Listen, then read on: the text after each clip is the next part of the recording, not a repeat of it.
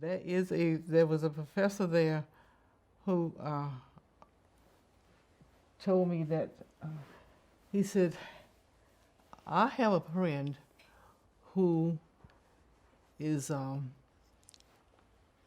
going to come here and see me, visit me, and he is looking for. I said, because I realized I'll never get a PhD here, not with this one professor who didn't like me, and so I said, so he said, well, I have a friend who is going to come here and he's going to visit me. So when he comes here and visit me, I am going to call you, find you, and I'll have you come and see him.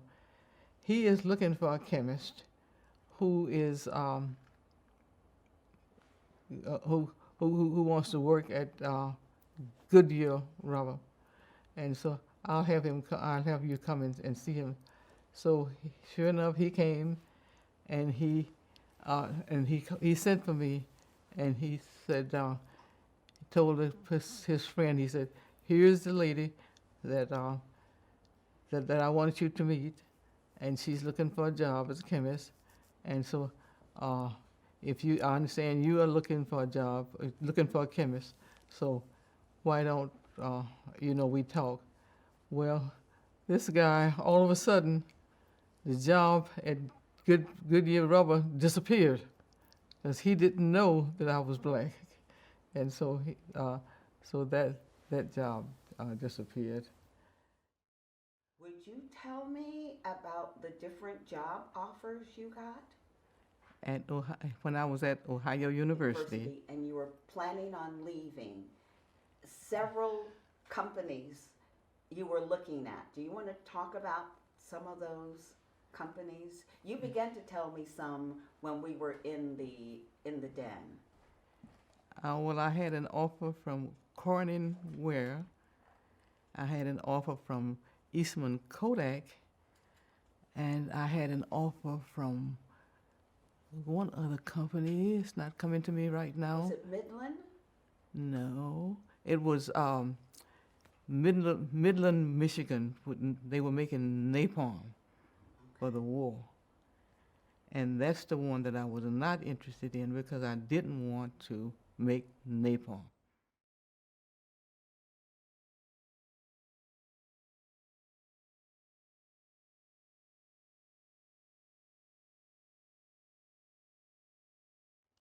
Okay. Now, did you apply to DuPont or did DuPont find you?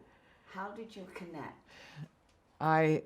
So the professor who liked me, said, "Did you apply to DuPont?" And I said, "I did, but I threw the application in the trash can." He said, "Why?" I said, "Because DuPont is a huge company, and I'll never get a job at that big company like that." So he said, "Find the application that you threw in the trash can, and let's mail it." And so I did, mailed it to DuPont, and I guess in a day or so, I heard from DuPont, and they said that we would like to offer you a job. And they said, "When can you come for an interview?" They said, "We have seen your application, we've read it." And said, "When would you like to come for the job?" I said, "Next week." And normally you don't, if you get a job offer, you don't take it in 2 or 3 days. And so I took it, and that's how I got into DuPont. Okay.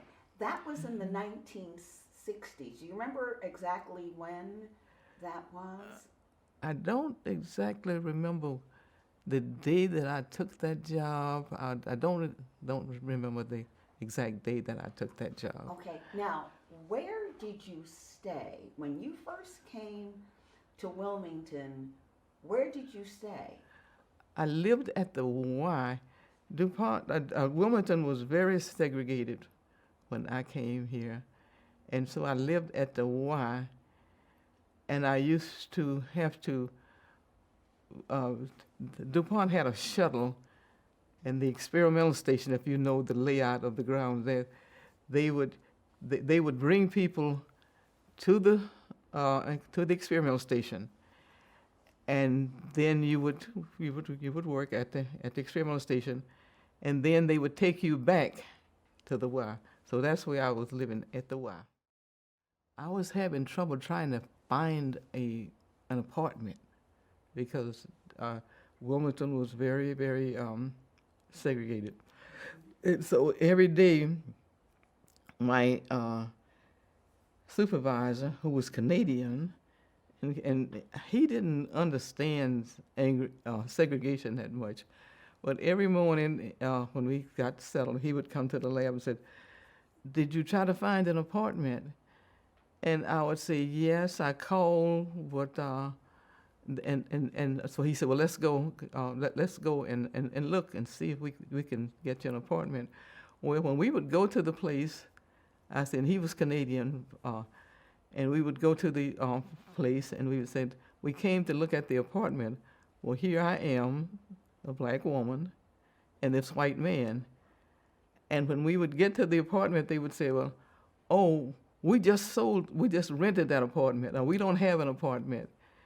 And so finally, Bill would, that was my supervisor, Bill would say, he started bringing a white woman with us, because he finally realized, I said, even though he was Canadian, he finally got the message that this is, this is not kosher. You came to DuPont. How many other African American women chemists were there? Do you remember if there were any? I don't think there were any. I don't remember seeing any African American women chemists. So, okay.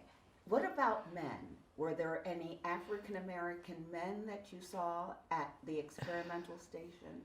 There were some men there. I don't remember their names. There was one who was, let's see, Clay Smith was around. I think he was there then.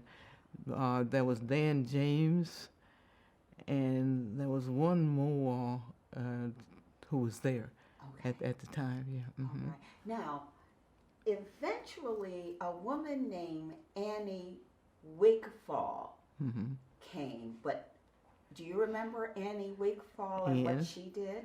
And was there, and I'm not too sure if she was a chemist or a technician, but I know she was there, and I know, and in fact, I saw her in the last several years someplace.